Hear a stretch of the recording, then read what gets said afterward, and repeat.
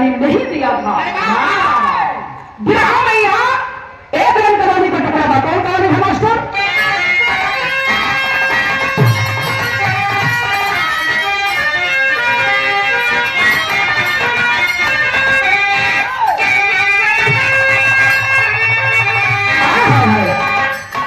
गाने वाले ने खूब गाया है, लिखने वाले ने खूब लिखा है। क्या लिखा है? बहे खोल मेरा, अरे बहे खोल मेरा चमन के लिए,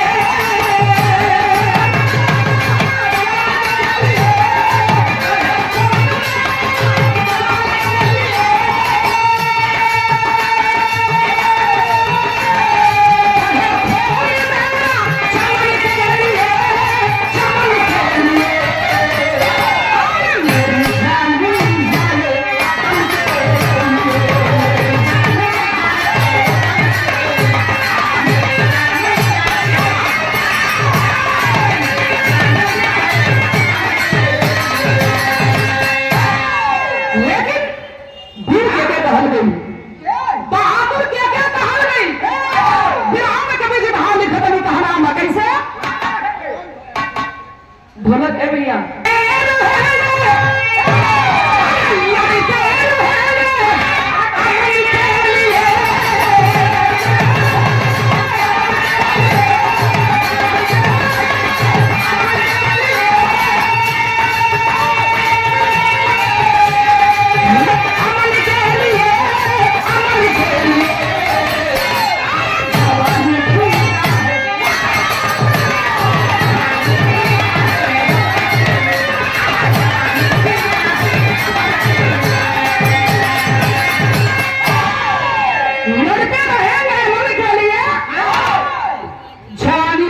वतन के लिए कहानी यहीं से शुरुआत होगी भैया। भैया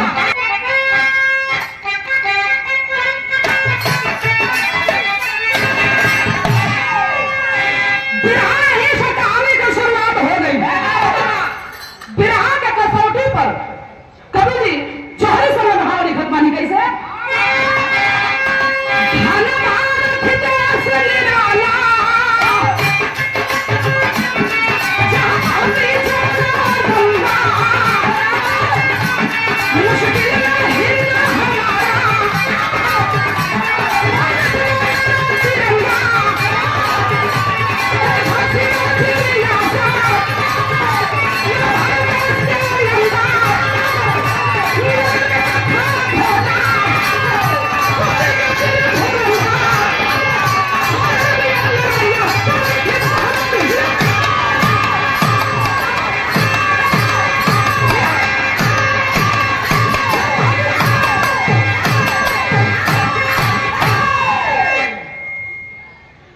माना केला को सुना ना हाँ सुनी ला जा ना ए भैया सिटी ना रसली हल गई कौन झांसी लवंडा झांसी लवंडा झांसी के कहानी गावती हम अब तू कहत हो का बात है ए भैया टीवी में देखे होंगे पेपर में पढ़े होंगे खूब लड़ी मर्दानी वो तो झांसी वाली रानी थी जहां के लक्ष्मीबाई रहली अपने देश के आन बान शान के खातिर अंग्रेजन से लड़ाई लड़ रहली। वही झांसी के धरती पर बाल तर अंग्रेज के शासन चलत रहल, अंग्रेज के आतंक चरम सीमा पर रहल। लेकिन ए भैया वही झांसी के रहे वाला एक वंश का वंश जिसका नाम था भोला यादव पहलवान, बहुत बड़ा पहलवान था भोला यादव। भोला पहलवान प्रतिदिन 50 अपने चैलन के रियाज करावा, पहलवानी करावा। एक दिन लेट हो गई अपना दुल्ही गिरजा के लगलन डॉक्टर कलम की तोहर दिमाग ठीक है। अरे हम पहलवान आदमी है, अब पहलवान आदमी इतना लेट ले घर में सुती तो खड़ा कैसे चली चेला का कही हुई खूटी पटाड़ना रहन जंघिया नहीं मोटा भोला पहलवान उठा के कांधे पर रखला और हाथ में लाठी लेके अपने अखाड़े के तरफ चलन हुन तो वही का एक लाइन गीत बा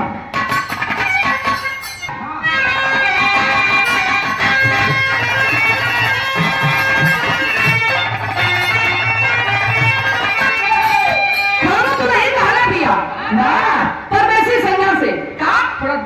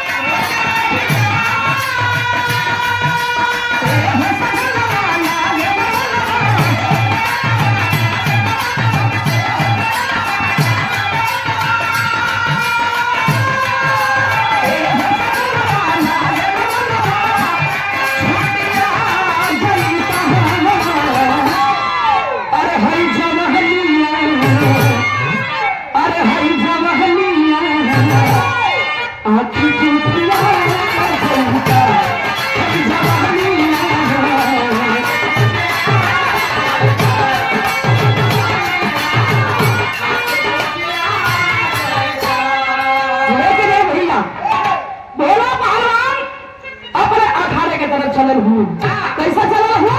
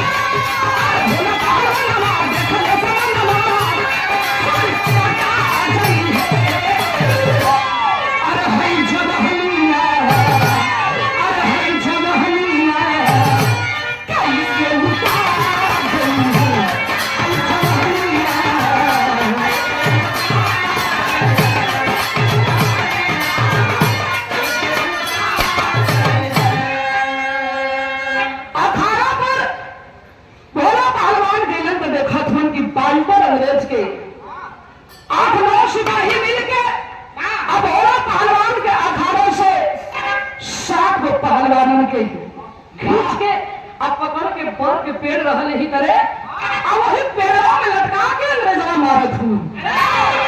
भोला पहलवान के लन कलन की ऐसा हमार चेला कौन ऐसा गलती कैले हुआ अगर कुछ गलती कैले हुआ साहब तो सजा हमें दे दा लेकिन हमारे चेहरे पे कुछ मत करा।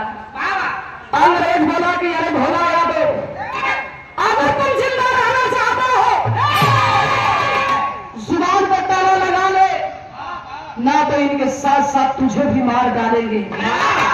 भोला पहलवान कलम की है साहब आप तो उल्टा बोल गईला ये आया खड़ा चलेला एक बिरादरी के लोग ना आवेला हर बिरादरी के पहलवान मिलन और हर बिरादरी के पहलवानों के हम सम्मान करीला। अंग्रेज इतना बात जब सुना है पकड़ लिया भोला पहलवान के जाके गट्टा तबले भोला पहलवान आप बबूला हो गई है खींच ले हाथ में लाठी और वही लाठी से लगा अंग्रेजों के नारे अंग्रेजों के नारे लगल हो भैया तो मारत शातल अंग्रेजों के मुड़ा के अलसिया पेड़ पर लटका के भोला पहलवान अपने पहलवानों के लेके चल रहे कारण कि आज के दिन अखाड़ा बंद रही जैसा हम बताई तो अखाड़ा खुली ना एक हफ्ता तक अखाड़ा बंद चली। भोला पहलवान तो चले गए, लेकिन जब फाइटर अंग्रेज के पता चला है कि हमारे साथियों के मार दिए भोला पहलवान, तो कैलाश का प्रहार करेंगी था।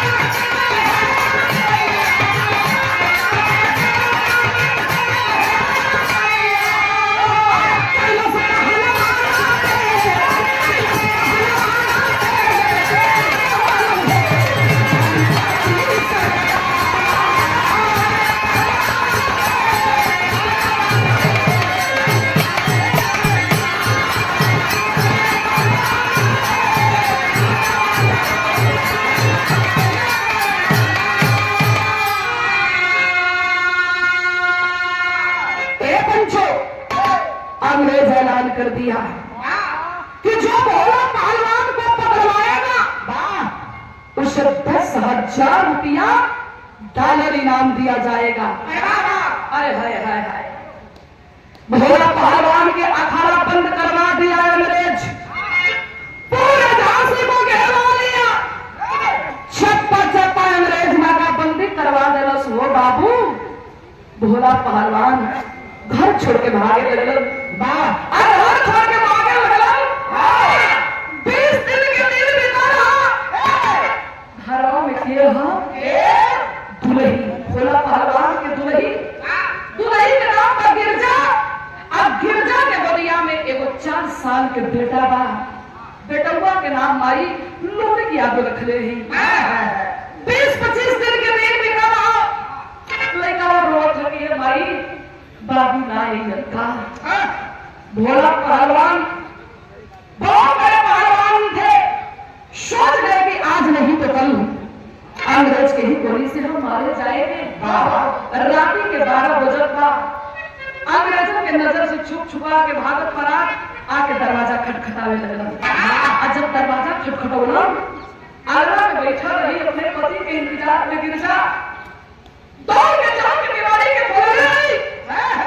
पति पर नजर पड़ल, फक फक के रो के कहली कि का हो पहलवान, कौन कैसा गलती कैले रही? 25 दिन हो गए। अरे हमार ना याद आवत रहल तो 4 साल के लड़का हो ओकरे विषय में तो सोचले होता। रोज रो रो के पूछेला कि माई रे बाप कहां मन, हम का जवाब दी? पहलवान भोला पहलवान के माथे पर पसीना, आंख में आंसू, पूरे शरीर में कंपन है। कलन के कुल बात दुआरी पर करेबू कि 1 गिलास पानी पिएबू। जल्दी दौड़ के लोटा में पानी भर के लेके आईली। कल एक पानी पीना हो, जागत हो का जवाब दिया, हम सब बात मत करिहा। तब ले भोला पहलवान गिरजा के हाथवा पकड़ लेलन, एक हाथ में लोटा के पानी ले ले ही। हाथ गिरजा के पकड़ के कहलन कि गिरजा हमके माफ कर दिया। हमार तोहार प्यार अतने दिन के रहल, अतने दिन के हमार को हर संबंध रहल, तबले लोटा के पानी धड़ से धरती पर गिरल, गुस्सा में लाल हो जाती है गिरजा। अरे महाराज, ये क्या पागलपन है आपके ऊपर? अतने दिन के प्यार रहल, अतने दिन के संबंध रहल, ऐसे सिंदूरा अतने दिन खातिर कर ले रहा था, गले में मंगलसूत्र इतने दिन बड़े पहने हुए रहा, महाराज जी की समय अतने दिन के रहल, हम 4 साल के लेकर वो इतने दिन बदे रहा। तब ने पहलवान अपने दूल्हे के पकड़ के और एक बात कहले हूं, क्या कहले?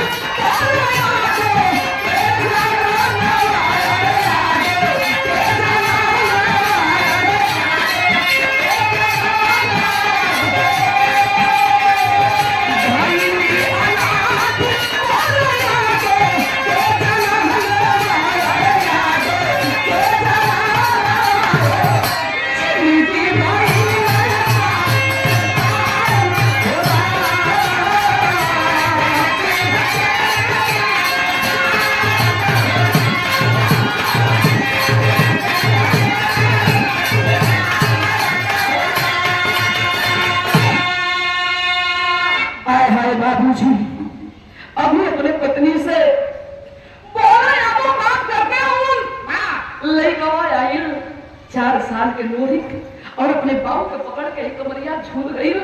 बाबू आ गई ना, अब ना तो छोड़ के चलता, कलम की ना हो बेटा, ना जाई छोड़ के।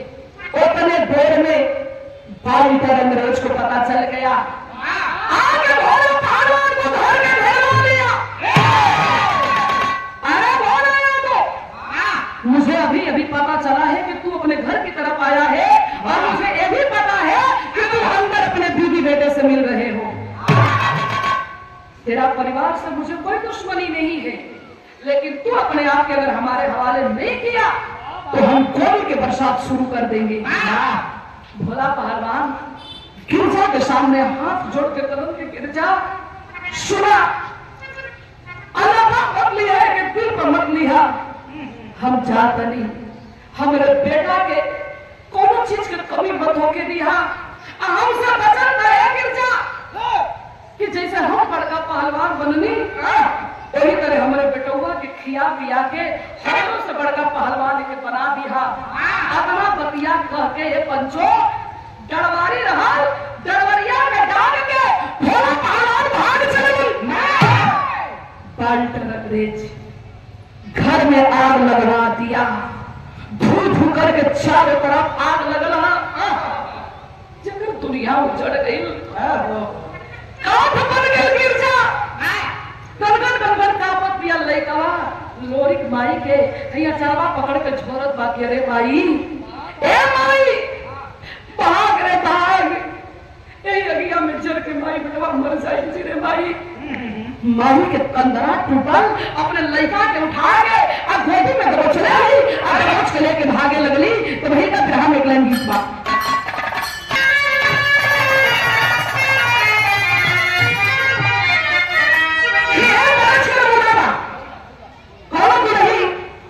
सैया से कहले बिया। और ये पुरस्कार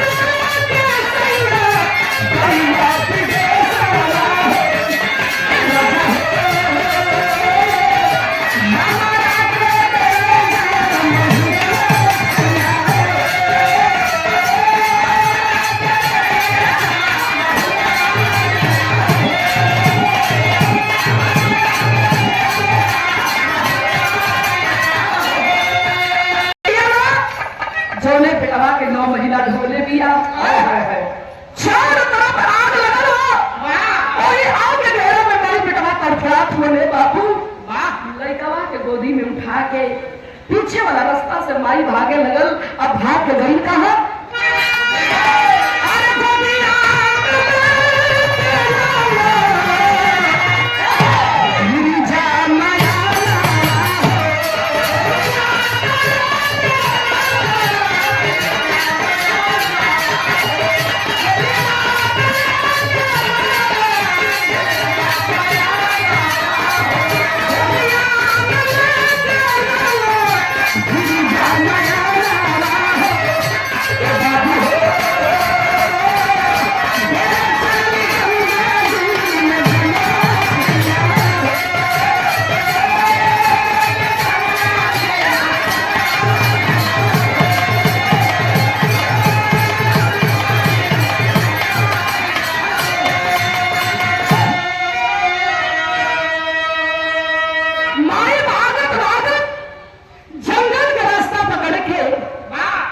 गंगा जी के किनारे पे आके छाती पीट पीट के रोक दिया और बुला के अपने लड़कवा के लोरी के बुला के यही अपने गोदिया में अगवा बैठा के पूछो दिया कि ए बेटा बाबू बिना जी देवा।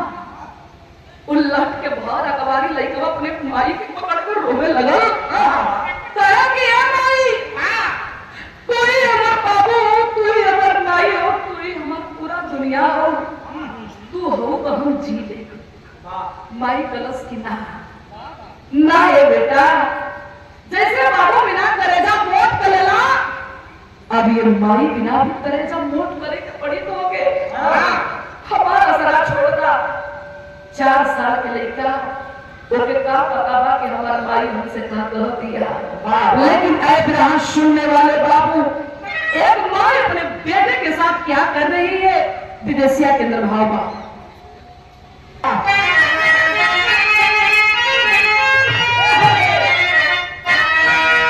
और बाबू तो हर छूटी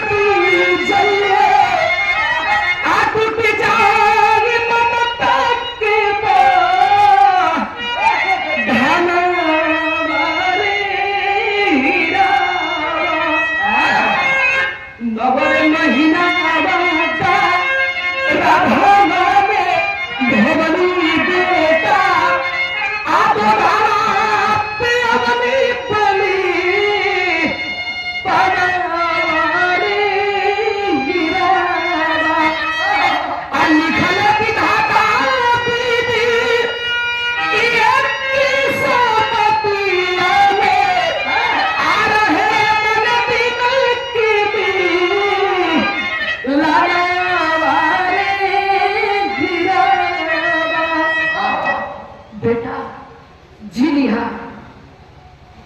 भैया लोग से भीख मांग के लोगों के सहारा पा के जी लिया, लेकिन माई के अब मत खोजिया। 4 साल के लड़का होके कुछ ना पता चलता कि हमारे माई हमसे कहर का चाहतिया। तब ले हो बाबू लड़कवा से अपन हाथवा छोड़ा के दौड़ के जाके धम से गिर जा वही गंगा जी में कूद गई। और जब गंगा जी में गिर जा कूदा और 4 साल के बेटा माँ कह के चिल्ला के रोने लगा। वही गंगा जी के किनारा पर हो भैया एक बुजुर्ग मला फाटल जान लेके वही जरिया के बिनत रहल नजर पड़ल तो बुजुर्ग मला उठ के चिल्लाए लगल तुरंत करे बाप रे बाप ये तब मर जाए साहब भैया आओ के भैया ए भैया अरे कोई हाथ बचा ले पागल हिया का अपन लड़का के छोट बेटा के छोड़ के मर गई छाड़ के ले आओ भैया केहू बचा ले। 4 मल्ला भाई नैया ले वही गंगा जी में रहलन दौड़ के गईलन गिरजा के पकड़ के छान के लेके एलन। जब होश में आई तो बुढ़ा मला बोलने लगा कि तू मां नहीं है, तेरे पास कलेजा नहीं है, वो पत्थर का कलेजा है। अरे पागल लड़की जब बेटे के छोड़ के मरना था तो फिर इसको क्यों पैदा की? इसका कसूर क्या है? कौन इसको चिल्लाएगा खिलाएगा? कितनी रहे थे। देख रोते रोते पागल बन गया है तेरा बेटा। माई तो माई बोले, नजर पड़ल लइकवा पर छपट के पोतिया में दबा के लगन चिल्ला चिल्ला के रोए, कहे बाबा कौन गैया अपने बचवा से दूर होकर चाहे ले हो। किस्मत वो मोड़ बलया के खड़ा कैले है। अंग्रेज पैया में तो नोच के खा जइहन, हमरे बेटवो के मार के फेंक दिहन। बाबा हमार का कसूर रहा? कसूर ये रहल ना कि हम भोला पहलवान के पत्नी है। उन्होंने के पता ना हर जियत हुवन की मर गिलन क्या कहां हुवन, हमन के कहां जाइल जी। बाबा वो मल्ला कहता है कि अरे बेटी चिंता मत कर, तुम ग्वालियर में चली जा। राजा रतन सिंह बड़ा नेक दिल वाला है, जा कहीं ना कहीं तुझे अपने दरबार में शरण देकर रख लेगा। भीख टुकड़ा मांगत राजा रतन सिंह के दरबार में ग्वालियर के धरती पर पहुंचल बिया। जैसे आप लोगन बैठ के विराम सुनत बनी, यही मेरे राजा के दरबार लगल हा। फटही लुगरी में माई खड़ा हो के हाथ जोड़ के रो दिया, और जतने माई रोतिया उतने ऊपर बेटो वो रोता। राजा के नजर पड़ल, ये कौन है, कहां से आई है तू? दौड़ के चढ़ के पैर में गिर के कहती है कि साहब इनकार मत करिया, झांसी में रहा भोला पहलवान के पत्नी है, देश के खातिर सैया मर बगावत ना पता है जियत छोड़ के मर गिरन। आप चिंता मत करा, आपके घर में चौका बर्तन करब, झाड़ू पोछा करब, एक रोटी दे देबा ना, आधी रोटी हम खा के आधी रोटी अपने बचवा खिया के जिया ले वो राजा। लेकिन इनकार मत करिहा। राजा के दिल में दया लागिल कि ओहो ये तो विपत्ति की बारी है, इसको अपने राज में सगन दे के नहीं रखेंगे तो ये मर जाएगी। धारण के वही बना के गिरजा के अपने पास रख लेलन। 15 दिन के दिन बीता, पहिल ओर के राजा जात हो मीटिंग में सभा में, लोरी के लइकवा हो भैया आके राजा के सामने खड़ा हो गई है, घुटना के बगल बैठल और लोरी की अखिया से झरझर झरझर आंसू चला था। हाथवा जोड़ के कलश की आपसे कुछ मांगल चाहत थी। कलम का चाहिए? कलश की यह मांगल चाहत थी कि हम अपने बाबू जैसन बड़का पहलवान बनल चाहती, लेकिन माई हमार माना करेले। हमारे माई के पास कोनो व्यवस्था ना। और राजा के वो लड़का के बात सुनकर राजा के तलवे के नीचे से जमीन खिसक गया। बुलाते हैं गिरजा को, अरे मेरा बेटा क्या कह रहा है? ये पढ़ने लिखने वाली उम्र है, कह रहा है कि पहलवान बनूंगा। रोवे लगली, कहने की हाँ ये सुनले हा। जब भागत रहलन पहलवान तक कह के गईलन कि हमरे बेटवा के हमरे जिसम बड़का पहलवान बनैहा, जीवित रहत तो कोनो मोड़ पर मिल जाई, अगर मर जाई तो हमरे आत्मा के शांति मिली। राजा लगलन पढ़ावे लिखावे खियावे पियावे लगलन, समय बीते लगल, दिन बीते लगल। ए भैया 4 साल माई में होली में और 16 साल राजा के दरबार में, 20 साल के उम्र में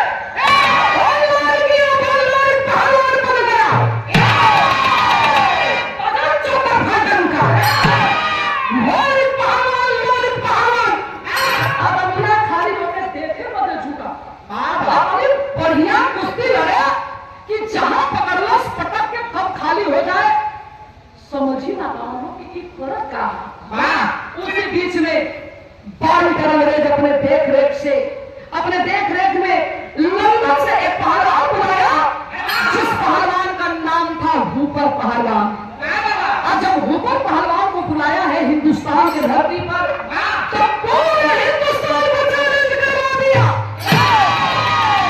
कोई हम आई के नाम लंदन से पहलवान बुलाए हैं, हमारा पहलवान के जे पटक दी मंच की हिंदुस्तान के धरती में दुल्हन के कमी ना, पहलवानी के कमी ना। बात चारों तरफ फैले लगल और राजा के दरबार लगल हम लोरी के आगो और 2-4 बच्चे पहलवान बैठल हुन, राजा भी बैठल हुन।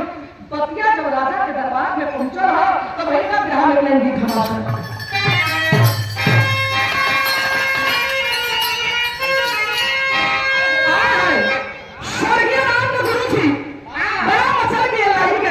ऐसे नाम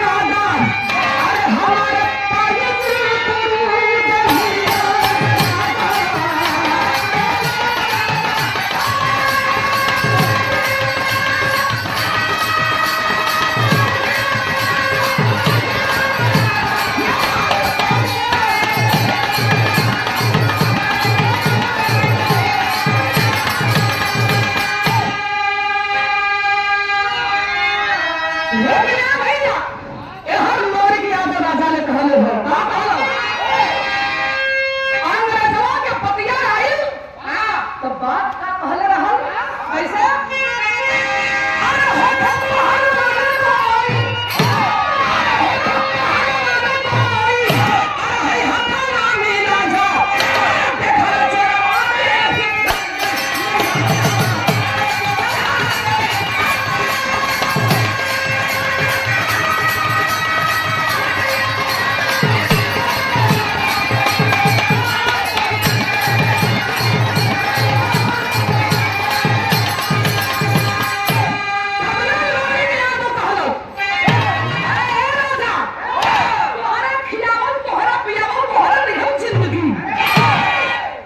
देश के सम्मान ना रही तो हम जी के का करब हो कहां रस्ता अरे का करे से अरे हंसिया के काली ऊपर के कपिया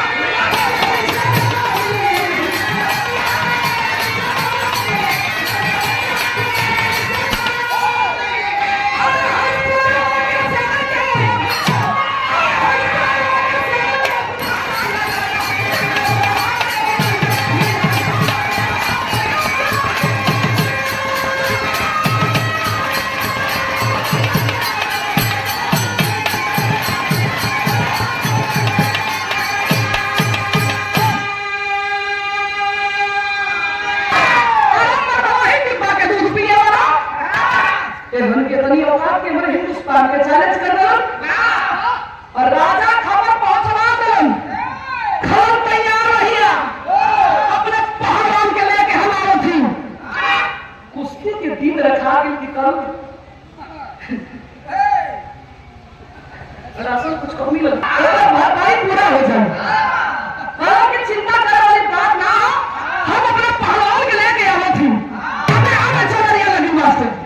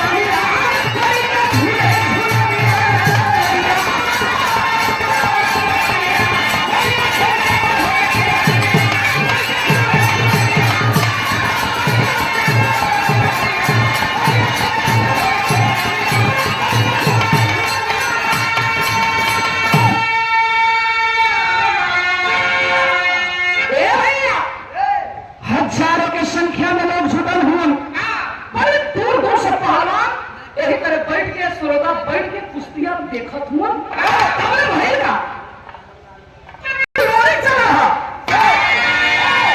अरे झोमट चले लखारे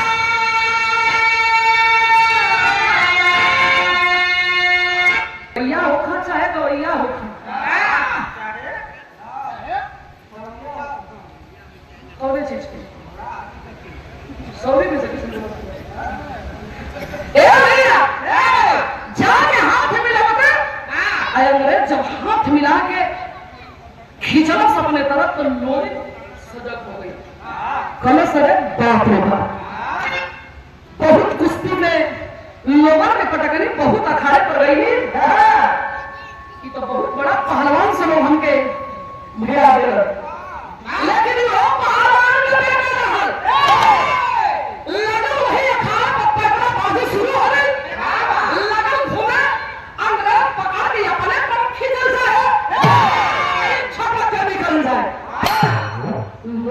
खेतवा के भैया कहां रे मरवा की का होता लोग नीचे से ललकारे लगल कि सही है बेटा लोरी पटक के बैठ जाए तेरे छाती पर लेकिन लोरी खाली कूदा था घूमा था वही अखाड़े पर समय के इधर उधर करता समय काटा था राजा रतन सिंह बगल में बैठा हुआ आंख से इशारा किया कि ये क्या हो रहा है इशारा किया कि हमसे कोई क्यों बड़ा पहलवान पटक दी ही मर्यादा चल जी हमारे बस के बात ना है अंग्रेज बोला कोई बात नहीं है 15 मिनट के रेस्ट देकर लोरी की आगों को फिर से तैयार किया जाए 20 मिनट बीत गए बगलिया में लोरी बैठा था उठे के नामे ना ले था हजारों लोग बैठा हुआ बार बार अंग्रेज उसी अखाड़े पर से चैलेंज दे रहा है रे लोरी कहाँ है तू आगे तू लड़ाई कर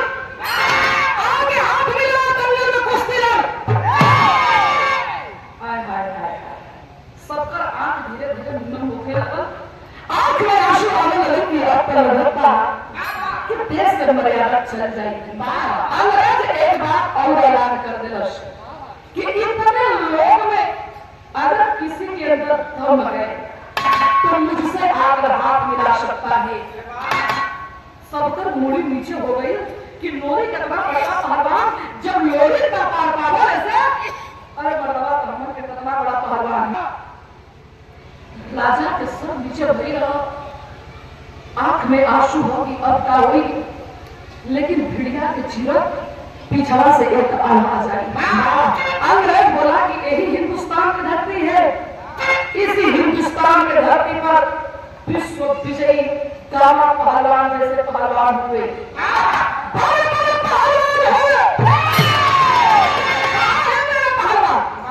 कोई नहीं है तो हार मान के राजा रतन सिंह निकल जाए यहाँ से अरे बाप रे बाप तब भिड़िया के चीरक पिछड़ा से एक आवाज आई है अंग्रेज जुबान पर लगाम रख के बात कर हम उस देश के वासी हैं जिस देश में गंगा बहती है चलो वो पहलवानी दिखा तेरा जैसा कितना पहलवान है ये गंगम सब घबरा के भागे लगे कि ये गेम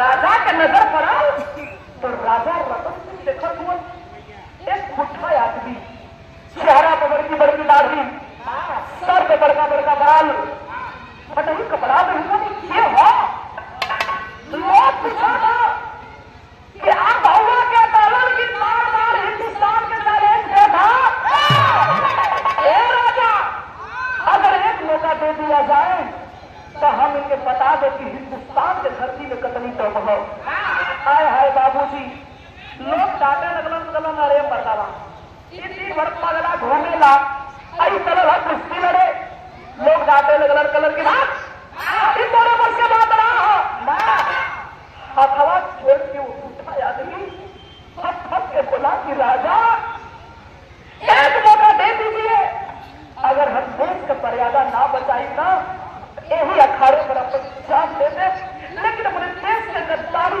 अपने देश के अपमान है और अपने देश के साथ गद्दारी हम कबूल ना करें और राजा रतन सिंह एकदम गलत करे बाप रे बाप अपना जब ओवर विश्वास के साथ कहो तो ये एक मौका दे दिया जा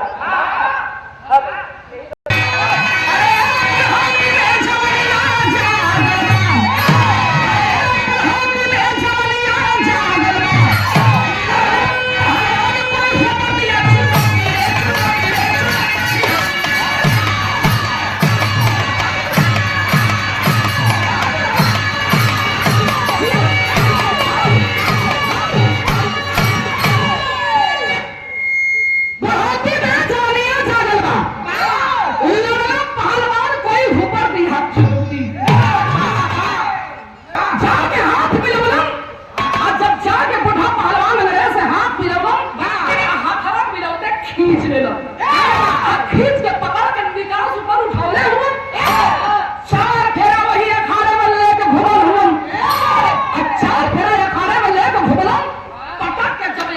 के सीना पर बैठा रहूं बैठलन सब ओकरे छाती पर तो जितना लोग हुआ तरतर तरतर ताली बजावे लगलन खोल के वर्षा होने लगल। राजा रतन सिंह बगल में बैठल हुआ मार खुशी में आंख से आंसू छलछलात रहा खोल के माला खोला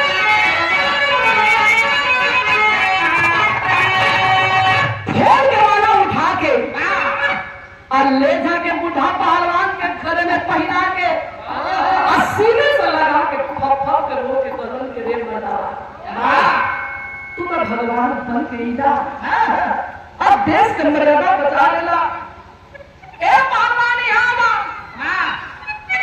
पर घर कहाँ है वो बूढ़ा पहलवान रोने लगा हाँ घर साहब हाँ हमरो घर है हमार घर भी है हमार परिवार भी है अरे तो तू रहेला कहाँ करण के दस है भैया लोगन जहाँ एक रोटी खिया देवे ना उहे हमार घर उहे हमार द्वार और यही तरह हमार जिंदगी चलत है।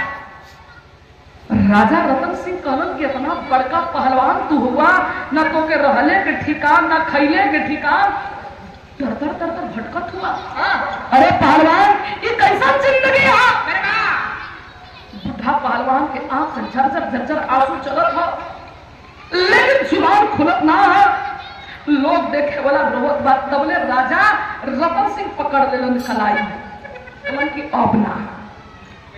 अब ना तो के हम भटके दे हमरा संगे आपके चले के हुई पहलवान कौन चीज के कमी ना रखा खैले से लेके रहले से लेके सब आपके हम व्यवस्था दे लेकिन अब आपके तरह रोडे पर ना हम भागे दे हाय हाय हाय जब राजा हाथवा पकड़ के लेके चलन वहां फटही कपड़ा बा हो भैया बड़की सर पे बार बड़की दाढ़ी नाखून पड़ा रहा शरीर पर मई कुछ और जब हाथ पकड़ कर राजा लेके चलन हुआ तो भाई का अल्लाह के प्रभाव बना वहां के माहौल का अरे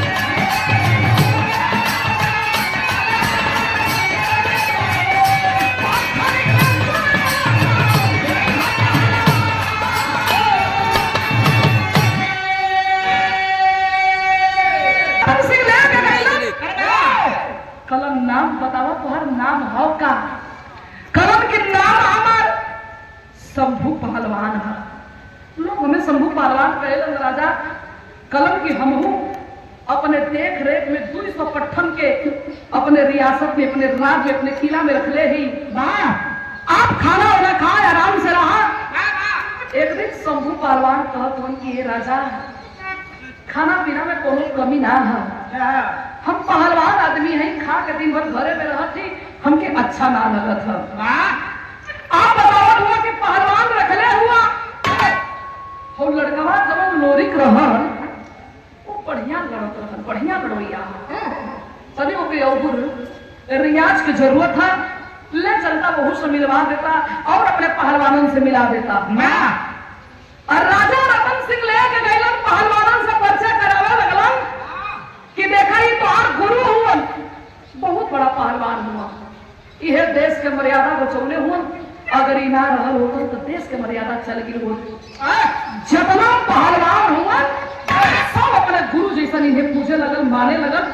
आई हो 5 बजे भोर में जाके पहलवानों के रियाज करावा, इन्हों के रियाज बने लगल, पहलवान के भी ज्ञान मिले लगल, समय बीते लगल। समय कौन आई? गुरु पूजा के दिन आई, जो एक छेला के अपने गुरु के प्रति बेसब्री से इंतजार रहेला। गुरु पूजा के दिन सज गया राजा के दरबार, जब छेला हुआ फूल माला ले आवत हुआ, केहू फूल माला देता, केहू मिठाई देता, केहू कपड़ा देता, केहू पैसा दे के पूजा करत था। लेकिन लोरिक अपने माई पर पहुंचल, कहा बा कि ये माई आज हमारे गुरु जी के पूजा आज जानत है, सब पहलवान बड़ी मिठाई पैसा कपड़ा रुपया सब देता, लेकिन हमके बड़ी माने लगा, अपने हाथवा दूध बादाम वही अखड़वा पर आवेला तो कहलन कि पहले तू पीला तब हम पियो, बड़ी माने लने माई, ऐसा लगेला कि हमार उधर जन्म के कोनो रिश्ता ना, हम खाली हाथे कैसे अपने गुरु के पूजा करी। माई रोवे लगल, कलश की भैया रे राजा के दरबार में काम करीला, 2 ठे कपड़ा मिल जाला, 2 चुन के भोजन मिल जाला, हमारे पास का बा? लोरिक रोवे लगल, हम ना जब अपने गुरु जी के सामने हम ना पूजा करे अपने गुरु जी के। माई कलश की रो मत, हई गरबा में हमारा जौन देखो तड़े हंसुली कि तोरे पिताजी के आखिरी निशानी है, ना कुश्ती जीत के आई रहलन तो बड़ा पैसा लोग देले रहल, और पैसा से हमें हंसली बनवा के लेके आई रहलन, अरे हंसुलिया पर उनकर नाम भी लिखल है, अब वैसे भी एकर कोनो जरूरत ना है, ले जो अपने गुरु जी के दे दे, अब दे के पूजा करा अपने गुरु जी के, लेकिन पूजा मत छोड़, गुरु की पूजा बहुत बड़ा पूजा होता रे बेटा। माई रुमाल में लपेट के दे ले ही, अरे विराह सुनने वाले बाबू 2 मिनट और हमारा विराह, लेकिन 2 मिनट के विराह में पूरे विराह को निचोड़ना कैसे?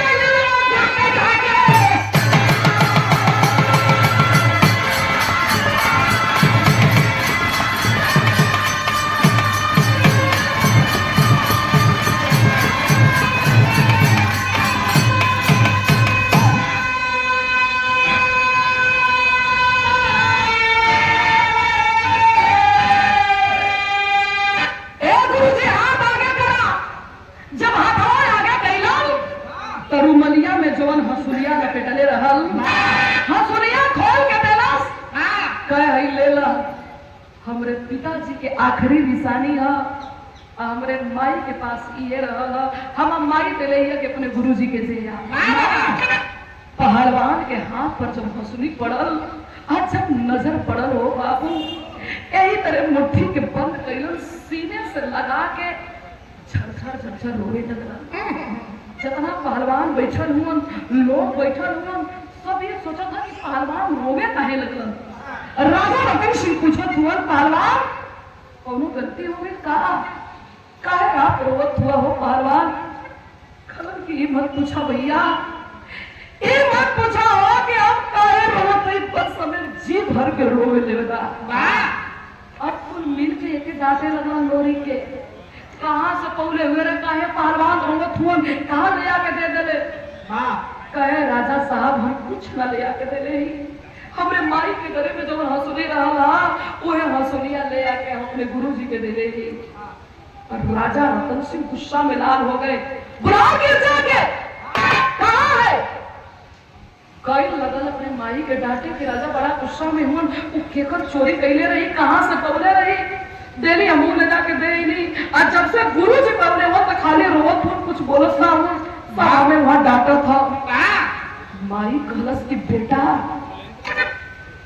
हमारे दामन में कहीं से दाग ना हो बेटा भैया बाबू लोगों से 1 रुपया भीख मांग मांग के हम जीने नहीं 2-3 दिन बिना खैले रह के पानी पी पी के गुजारा कैले ही लेकिन हम केहू के चोरी ना कैले ही तो हमारे पति के दिहन हो लेके गई गिरजा आई लोगन के भीड़ लगल हा पहलवान बगलिया में बैठ के रोवत हुआ हथवा जोड़ के कहले कि का हो राजा साहब आप हमरे पर शंका करत हुआ हमरे पर शक करत हुआ ना राजा ना अरे हम तो हमरे पति के आखिरी निशानी रहल हम अपने बेटा के देने ही के अपने गुरुजी के दे ना विश्वास ना विश्वास रहा ए लोरी अरे पढ़ देते हो पे उनका नाम भी लिखल हो नमवा पढ़ के बता दे कि तोरे पिताजी के नमवा रहल का।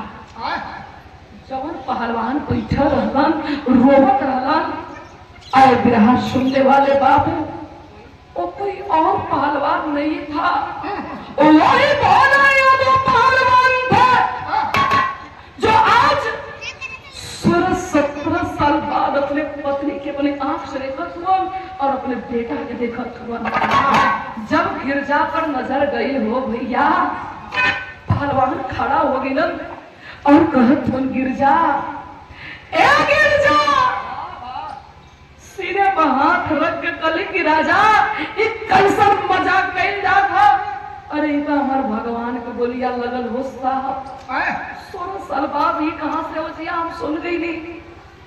तबले सामने आके खड़ा हो गिरन गिरजा के नजर पड़ल वही पैर में भारा के गिरली कली पहलवान ठीक ना कैला हमरे संगे हमर का कसूर रहल बहुत हमें तो सजा देले हुआ आका कहले रहला कि हमरे पेटवा के हमरे जैसा बड़का पहलवान बनई है बड़का पहलवान बनईली पहले रहला ना कि हमरे बेटवा के हमरे जैसा बड़का पहलवान बनई है। पहलवान पूछला और बेटा खड़ा हम 3 दिन उपास कर करके अपने जिंदगी की बिता ली लेकिन तोरे बेटा के कोनो चीज की कमी ना रखले ही पहलवान बनौले ही आप अपने बेटा के आप संभाला जब हम ना कर पौनी अब के आप पूरा कर दिया। तब ने भोला पहलवान पत्नी के पकड़ के सीने से लगा देना बेटा के पकड़ के सीने से लगा के फफक फफक के तीनों आप मातारी बेटा रोवत हो लोग देखे वाला झरझर झरझर रोवत बा कि बाहरे किस्मत बाहरे भगवान 16 साल के बाद बिछड़ल परिवार आज मिल गई। राजा रतन सिंह कहते हैं कि धन हो भोला यादव पहलवान तूने देश के खातिर इतना बड़ा कुर्बानी दे दिया। आय हाय हाय ऐसे ऐसे पहलवानों पे ये हमारा देश का नाज है। तो ये रहा बाबू हिंदुस्तान के एक पहलवान की कहानी। हाँ कैसे